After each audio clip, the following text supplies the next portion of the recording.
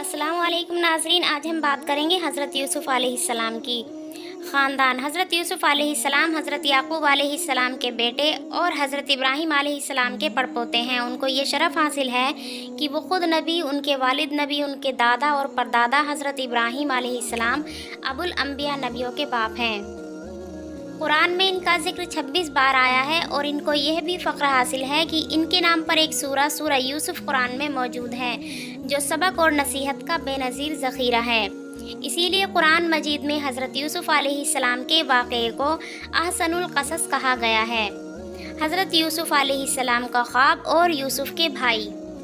शुरू ज़िंदगी ही से हज़रत यूसुफ़ की दिमागी और फ़ितरी इस्तेदाद दूसरे भाइयों के मुकाबले में बिल्कुल जुदा और नुमायाँ थी। साथ ही हज़रत याक़ूब अलैहिस्सलाम यूसुफ़ अलैहिस्सलाम की पेशानी का चमकता हुआ नूर नबूवत पहचानते और अल्लाह की वही के ज़रिए इसकी इत्तला पा चुके थे। इन्हीं वजह से वो अपनी तमाम औलाद में हज़रत यूसुफ़ अलैहिस्सलाम से बेहद मोहब्बत रखते थे और ये मोहब्बत यूसुफ़ के भाइयों से बेहद शाक और नाकाबिले बर्दाश्त थी।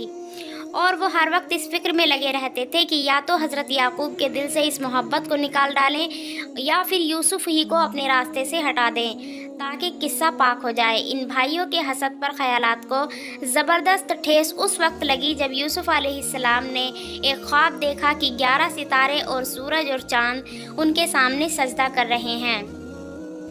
हज़रत याक़ूब अलैहिस्सलाम ने यह ख्वाब सुना तो सख्ती के साथ उनको मना कर दिया कि अपना यह ख्वाब किसी के सामने न दोहराना।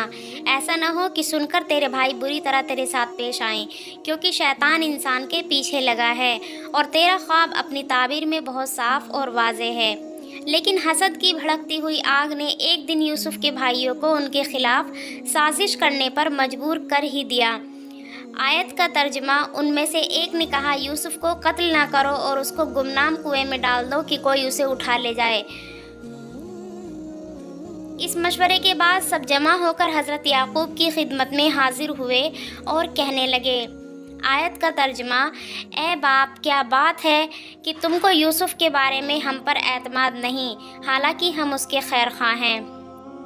हज़रत याक़ूब समझ गए कि उनके दिलों में खोट है। आयत का तर्जमा, याक़ूब ने कहा, मुझसे इससे रंज और दुख पहुंचता है कि इसको तुम अपने साथ ले जाओ और मुझे ये डर है उसको कहीं भेड़िया न खा जाए और तुम गाफिल रहो। यूसुफ़ के भाइयों ने ये सुनकर एक ज़बान होकर कहा, अगर खा गया इसको भेड़िया जबकि हम सब ताकतवर हैं तो बेशक इस शक्ल में तो हमने सब कुछ गंवा दिया।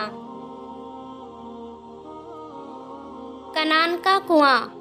गरज यूसुफ़ अलैहिस्सलाम के भाई यूसुफ़ को सैर कराने के बहाने ले गए और मशवरे के मुताबिक उसको एक ऐसे कुएं में डाल दिया जिसमें पानी नहीं था और मुद्दत से सूखा पड़ा था, और वापसी में उसकी कमीज़ को किसी जानवर के खून से तर करके रोते हुए हज़रत याक़ूब अलैहिस्सलाम के पास आए और कहने लगे, ए बाप, अगरचे हम अपनी सच्चाई का कितना ही यकीन दिलाएं मगर तुमको हरगिज़ यकीन ना आएगा कि हम दौड़ में एक दूसरे से आगे निकलने में लगे हुए थे कि अचानक यूसुफ़ को एक भेड़िया उठा कर ले गया।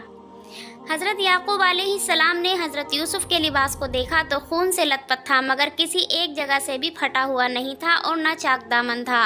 फ़ौरन हकीकत भांप गए, मगर भड़कने, तानो तकनीम करने और नफ़रत व हक़ारत का तरीक़ा बजाय पैगम्बराना इल्म फ़रासत के साथ ये बता दिया कि हकीकत की कोशिश के बावजूद तुम इसे छिपा नहीं सके। यूसुफ़ अलैहिस्सलाम और ग़ुलामी। इधर ये बातें हो रही थी, उधर हिजाजी इस्माइलियों का एक काफ़िला शाम से मिस्र को जा रहा था। कुआं देखकर उन्होंने पानी के लिए डोल डाला। यूसुफ़ को देखकर जोश के साथ शोर मचाया, बशारत हो एक ग़ुलाम हाथ आया। गरज इस तरह हज़रत यूसुफ़ को इस्माइली ताजिरों के काफ़िले ने अपना ग़ुलाम बना लिया और तिजारत के माल के साथ उनको भी मिस्र ले गए और बाज़ार में रिवाज के मुताबिक बेचने के लिए पेश किया। उसी वक्त शाही ख़ानदान का एक रईस और मिस्री फ़ौजों का अफसर पुतीफ़ार बाज़ार से गुज़र रहा था। उसने उनको ख़रीद लिया और अपने घर लाकर अपनी बीवी से कहा, देखो, इसको इज़्ज़त से रखो, कुछ अजब नहीं कि ये हमको फ़ायदा बख्शे या हम इसको अपना बेटा बना लें। पुतीफ़ार ने हज़रत यूसुफ़ को औलाद की तरह इज़्ज़त व एहतराम से रखा और अपने तमाम मामले और दूसरी ज़िम्मेदारियाँ उनके सुपुर्द की। ये सब कुछ अल्लाह की मंशा के मुताबिक हो रहा था। आयत آیت کا ترجمہ اور اسی طرح جگہ دی ہم نے یوسف کو اس ملک میں اور اس واسطے کہ اس کو سکھائے باتوں کا نتیجہ اور مطلب نکالنا، اور اللہ طاقتور رہتا ہے اپنے ہر کام میں، لیکن اکثر آدمی ایسے ہیں جو نہیں جانتے۔ انشاءاللہ اگلے پارٹ میں عزیز مصر کی بیوی زلیخا اور یوسف علیہ السلام کے واقعے پر بات کریں گے۔